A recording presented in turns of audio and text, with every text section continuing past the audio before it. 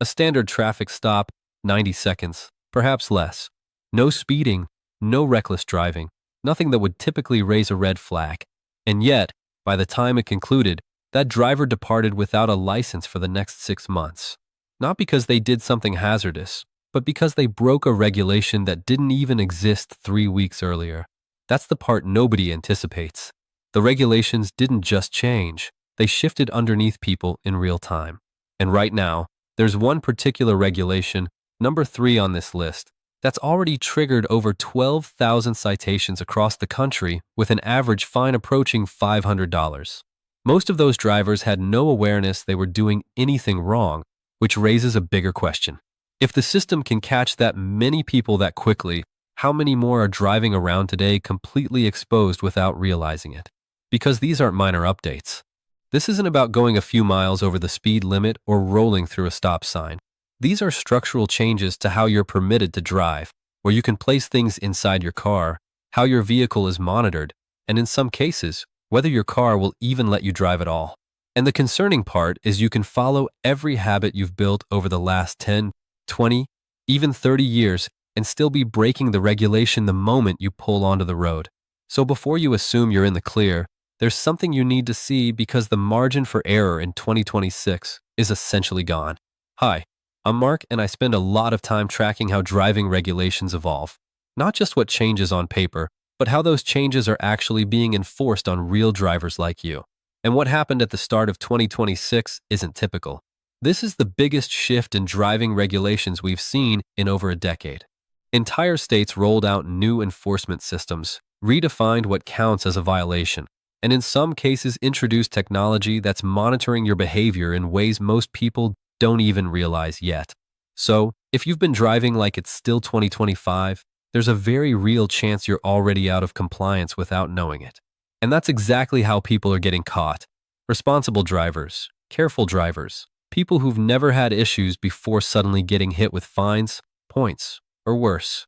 What I'm going to do in this video is walk you through all 10 of these new regulations, starting from the ones that seem small, but are catching thousands of people all the way up to the top 3 that are causing the biggest financial and legal impact right now.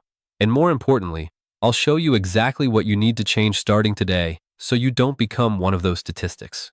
Because once you see how these are being enforced, you'll understand why so many drivers are getting blindsided and why the next one on this list is already costing people hundreds of dollars over something that used to be completely normal. For years, there was an unspoken understanding between drivers and the road itself. That brief moment when a light turns yellow, you had just enough time to clear the intersection. Not anymore. In 2026, that margin has been completely eliminated. 14 states have now synchronized high-resolution enforcement cameras directly with traffic signal systems down to the exact millisecond the light turns red. Previously, many of these systems allowed a small buffer, about half a second, giving drivers a realistic chance to clear safely. That buffer is gone. Now, if your rear tires are even slightly behind the line when the light changes, the system automatically flags a violation. No warning, no discretion, no officer to explain your situation to, just a ticket generated instantly. And here's where it gets more aggressive. These cameras aren't judging whether you drove safely through the intersection. They're measuring position with extreme precision. Your bumper either crossed in time or it didn't. That's all that matters. In states like Florida and New York, these violations aren't just fines anymore. They're being reported directly to insurance companies. One mistake at the wrong intersection could quietly cost you far more in premium increases over the next few years than the ticket itself. What makes this especially challenging is how natural the old habit still feels. You see yellow, you calculate distance, you go. But that instinct now works against you. The system is no longer built around human judgment. It's built around exact timing, which means the safest move isn't to make it. It's to stop every time. Because when the margin for error drops to 0, even a perfect driver can get caught doing what used to be completely acceptable. And what's coming next takes that same zero-tolerance mindset and applies it inside your car. You've probably heard don't text and drive more times than you can count. But in 2026, that rule has evolved into something much stricter and much easier to violate without realizing it. Several states, including California, Ohio, and Pennsylvania, have now shifted to what's called primary enforcement for device handling, which means an officer, or more often now, an automated system, doesn't need any other reason to cite you. If a phone is in your hand while your vehicle is on a public roadway, that alone is enough. And yes, that includes when you're stopped. Red light, traffic jam, drive-through, it doesn't matter. If the engine is on and you're in the roadway environment, holding your phone is now a violation. What's catching people off guard is how this is being enforced. AI-assisted cameras mounted on overpasses and patrol vehicles can now detect when a driver is holding a device, even briefly. You don't have to be texting. You don't have to be scrolling. Just holding it is enough. One quick glance down to change a song or check a notification and you've already crossed the line. The fines alone are frustrating, but the bigger issue is what happens after that. If you're involved in an accident and there's evidence your phone was in your hand, even if you weren't at fault, insurance companies now have more leverage to argue that you contributed to the situation. And that can mean reduced payouts or denied claims altogether. But here's where it gets even more precise and where thousands of drivers are getting caught without realizing it. Even if your phone isn't in your hand, even if you think you're doing everything right by using a mount, the exact placement of that phone inside your car is now regulated in ways that didn't exist before. And what used to make you compliant might now be putting you at risk. Up until recently, using a phone mount felt like the responsible solution. Keep your hands free, keep your eyes up, follow the rules. And for a long time, that was enough. But in 2026, that same setup could now be the exact reason you get cited or worse, lose money in a situation you didn't even cause. 17 states have introduced specific placement regulations that dictate exactly where your phone is allowed to sit inside your vehicle. Not generally, not loosely, but precisely. And the wording sounds simple at first. Your device cannot obstruct your view of the road, traffic signals, or pedestrians. Reasonable, right? The problem is how strictly that's now being interpreted. In states like California, Arizona, and Florida, mounting your phone in the center of your windshield, even if it's tucked just beneath your rear view mirror, is now considered a violation. That placement, which millions of drivers have used for years, is now officially classified as obstructing your forward field of vision. The only consistently safe zones, the lower right corner of your windshield or directly on the dashboard. Anywhere else starts to fall into a gray area that enforcement is no longer treating as gray. And this isn't just about getting pulled over. The real consequences show up after something goes wrong. There was a case in Phoenix where a driver was rear-ended at a stoplight. Completely not their fault, but their phone was mounted in the center of the windshield. When the insurance companies reviewed the incident, that detail became part of the evaluation. The argument was simple. The mount placement violated updated state guidelines, which implied reduced situational awareness.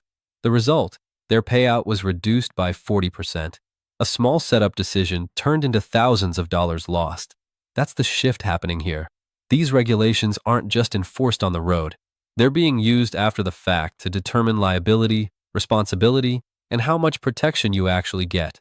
So, even if you think you're safe because you're hands-free, the question now is, are you positioned legally? Because if not, you're exposed in ways most drivers haven't even considered yet. And that same pattern where a rule expands beyond what people expect is exactly what's happening with the next regulation, except this time it's not inside your car. It's what you do when you pass someone else on the road. You already know you're supposed to move over for police cars, ambulances, and emergency vehicles stopped on the shoulder. That's been standard for years. But as of January 2026, that rule has expanded dramatically. What's now being called the All-Vehicle Move-Over Regulation has effectively gone national, and it applies to far more situations than most drivers realize. If you see any vehicle on the shoulder with hazard lights on, whether it's a stranded driver, a tow truck, a delivery van, or someone changing a tire, you are now legally required to either move out of the closest lane or significantly reduce your speed. And not just a slight slowdown.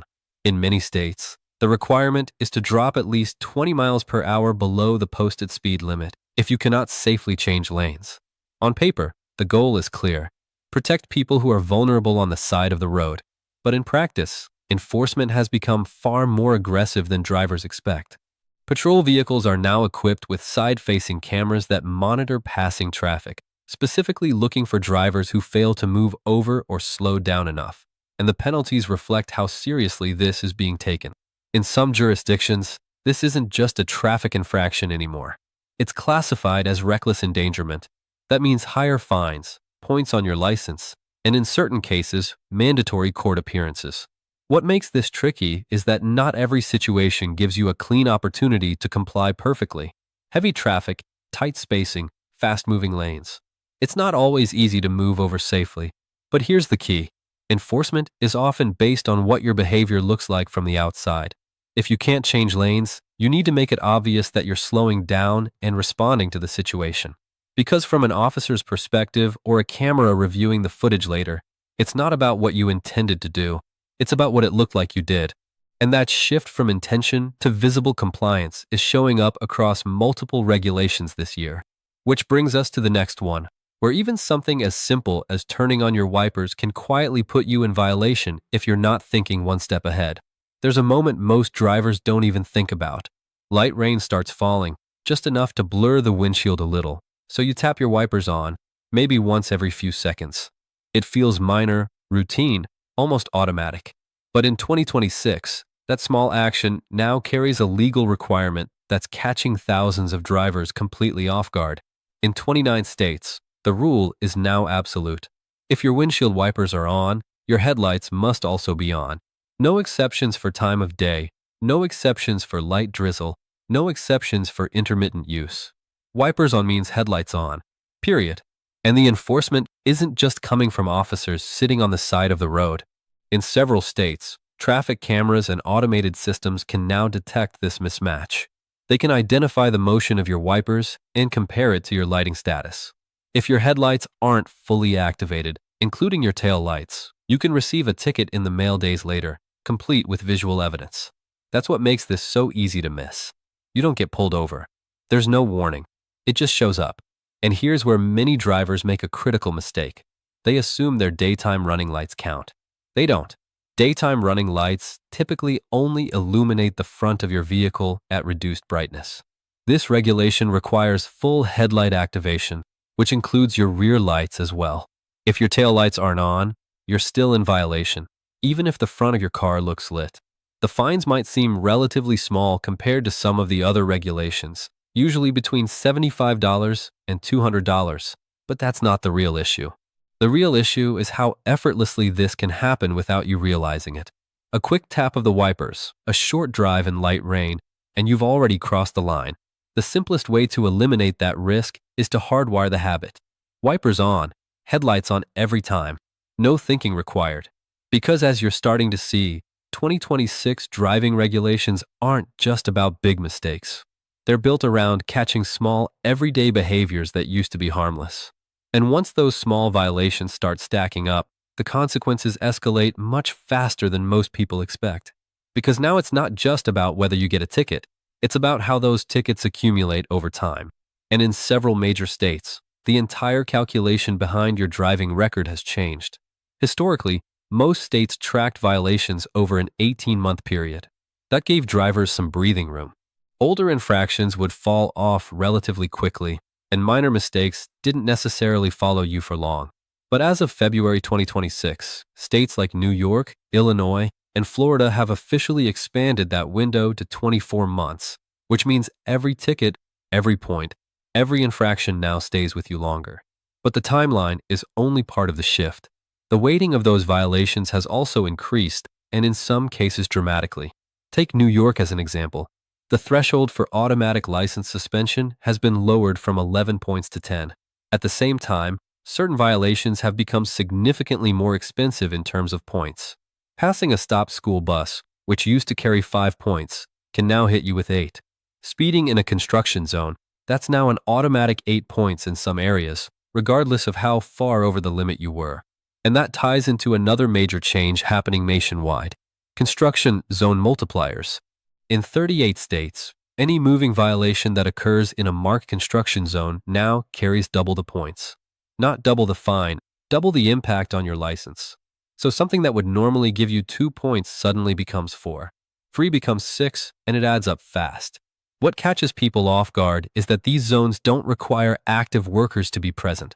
If the signs are up, the zone is active. You could be driving through late at night, no construction in sight, and still be subject to the enhanced penalties. That's where the risk compounds. Two seemingly minor mistakes spread out over 2 years can now push you past the suspension threshold. Not higher insurance, actual loss of your license. And once that happens, the process of reinstatement becomes its own challenge with fees, waiting periods, and long-term financial impact. So the strategy here isn't complicated, but it is critical. Treat every construction zone as zero tolerance and assume every point you receive will stay with you longer than it used to. Because in 2026, the system isn't just tracking what you do, it's holding on to it, weighting it more heavily, and using it to make much bigger decisions about your ability to stay on the road. There's a small detail hanging in millions of cars right now that most drivers don't think twice about. It might be an air freshener, a parking pass, a tassel, something sentimental, something that's been there for years without ever causing a problem. But in 2026, that same object can now be the reason you get pulled over. 14 states have officially enforced stricter rear-view mirror obstruction regulations, and the rule is as simple as it is unforgiving. If anything is hanging from your mirror and it's visible to an officer, it can be considered a violation. No exceptions for size, no exceptions for intent. And while the fine itself might seem minor, usually somewhere between $50 and $150, that's not where the real risk comes from. The real issue is what that violation allows. It gives law enforcement probable cause to initiate a traffic stop. And once that stop happens, everything else comes into play. Your license, your registration, your vehicle condition, anything else that might lead to additional citations or complications. That's why this regulation is getting attention, not because of the penalty on its own, but because of what it opens the door to. And what's catching people off guard is how normal these items feel.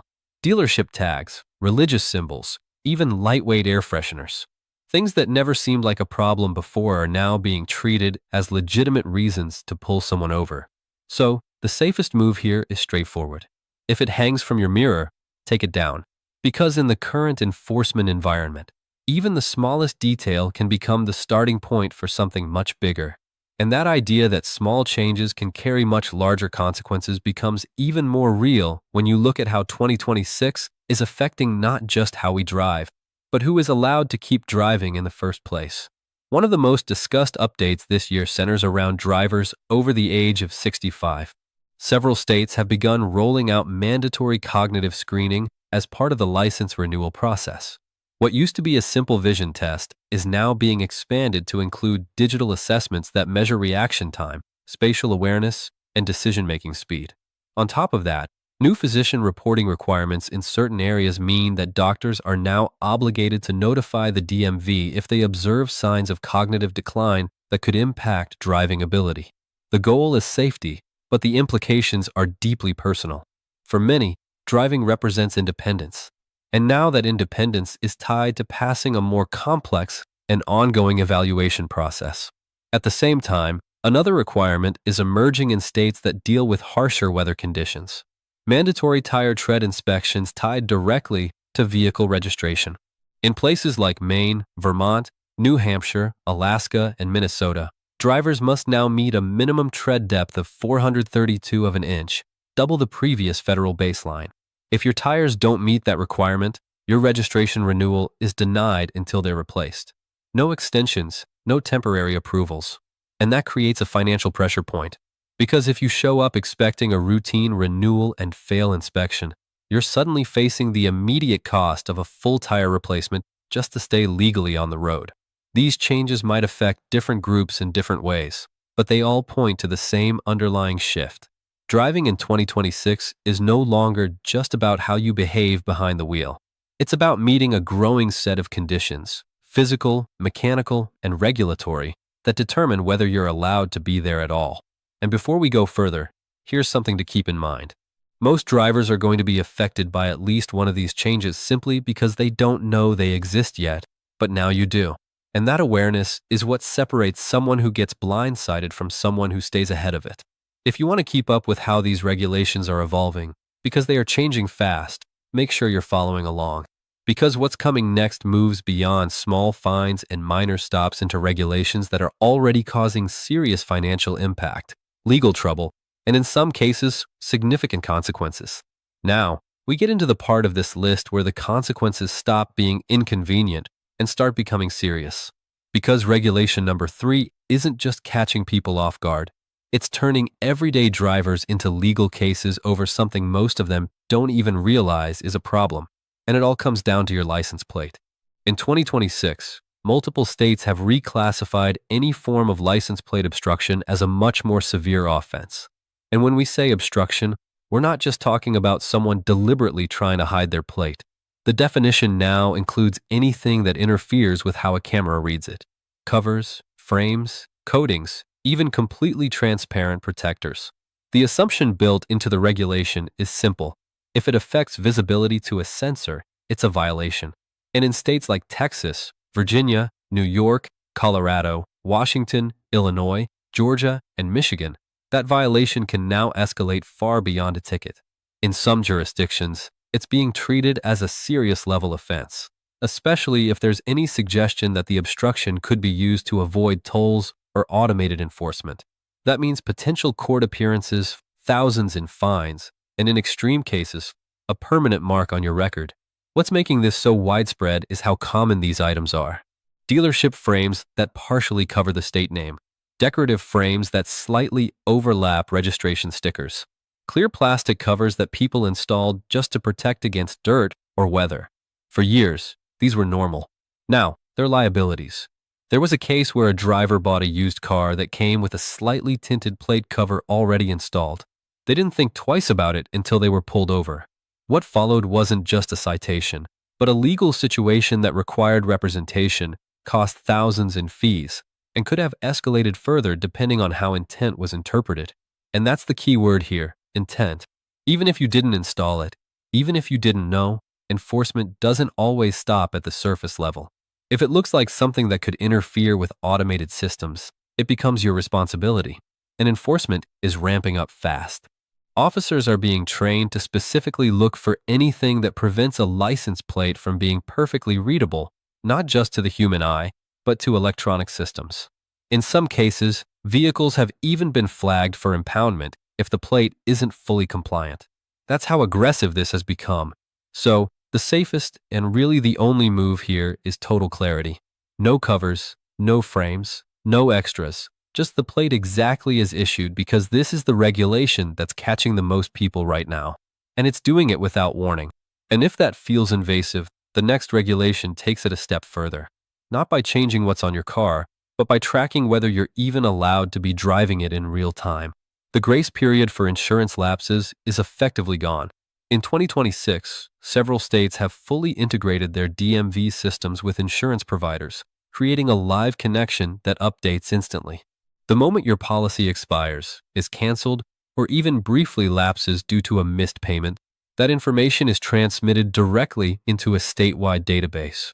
And from there, it becomes visible to enforcement systems almost immediately. Patrol cars, highway scanners, and fixed plate readers can now detect uninsured vehicles as they pass by. No traffic stop required to discover it. Your status is already known before you're even pulled over. And if you are stopped, the consequences have escalated. In multiple states, driving without active insurance is no longer treated as a fixable issue.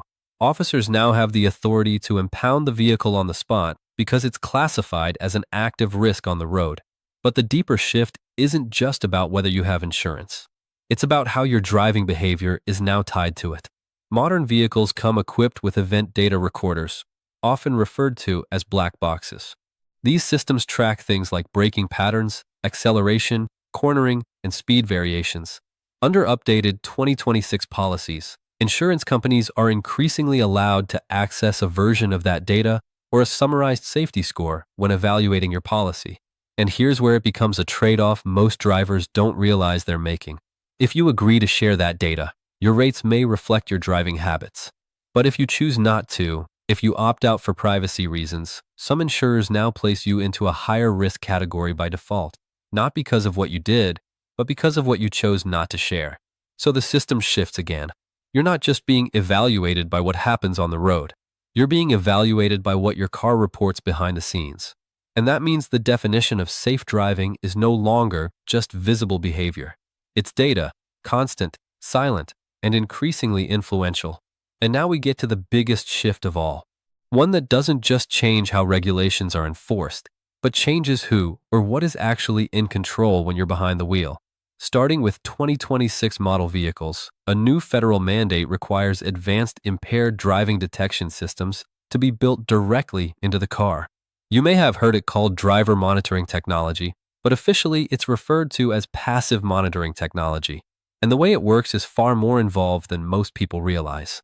Inside the vehicle, sensors and cameras continuously track driver behavior. That includes eye movement, head position, steering patterns, lane consistency, subtle indicators that the system uses to determine whether you might be impaired. On paper, the goal is clear: reduce accidents caused by intoxication or fatigue. But here's where it changes the driving experience entirely. If the system determines that your behavior crosses a certain threshold, it doesn't just alert you. It can actively limit or prevent the vehicle from operating. In other words, the car can decide you're not fit to drive and act on that decision. Now, add another layer to that. In certain states, law enforcement has begun integrating with vehicle systems in ways that allow for remote intervention during high-risk situations like pursuits, which means the concept of control is no longer limited to the person in the driver's seat. It's shared between software sensors and, in some cases, external authority. And while this technology is being positioned as a safety advancement, it raises a question that more drivers are starting to ask. What happens when the system gets it wrong? Because false positives are possible. Fatigue after a long day, irritation in your eyes, momentary swerving to avoid debris. These are normal human behaviors, but to an algorithm, they can look like impairment. And once the system responds, you're no longer making the decision. You're reacting to one that's already been made for you. That's the direction driving is heading. Not just regulated, but monitored. Not just observed, but interpreted in real time by systems you don't directly control. And whether that feels like progress or overreach depends on where you're sitting. But either way, it's already here. So when you zoom out and look at everything we've just covered, a pattern becomes clear. This isn't about one or two rule changes. It's a complete shift in how driving is defined, monitored, and enforced. From the moment you approach an intersection to how your car tracks your behavior behind the scenes, the margin for error has narrowed across the board. And the drivers getting affected the most aren't the reckless ones. They're the ones who simply haven't adjusted yet. So, here's what actually matters moving forward. Start with the highest risk changes. Make sure your license plate is completely unobstructed. No covers, no frames, nothing that could interfere with visibility. Reposition your phone mount to a legally accepted location, preferably on the dashboard or lower right windshield. Build the habit that if your wipers are on, your headlights are on every single time. Remove anything hanging from your rear view mirror. Double-check your insurance status and set up automatic payments so there's no chance of a lapse. Take construction zones seriously, even when they look inactive. And if your vehicle has data sharing settings, go into that system and understand exactly what's being tracked and what options you have. These aren't complicated changes, but they are critical ones because the reality is these regulations are already active. They're already being enforced, and not knowing them won't protect you. What will protect you is staying ahead of them, adjusting early, and understanding how the system actually works now, not how it used to. That's the difference between someone who finds out the hard way and someone who never has.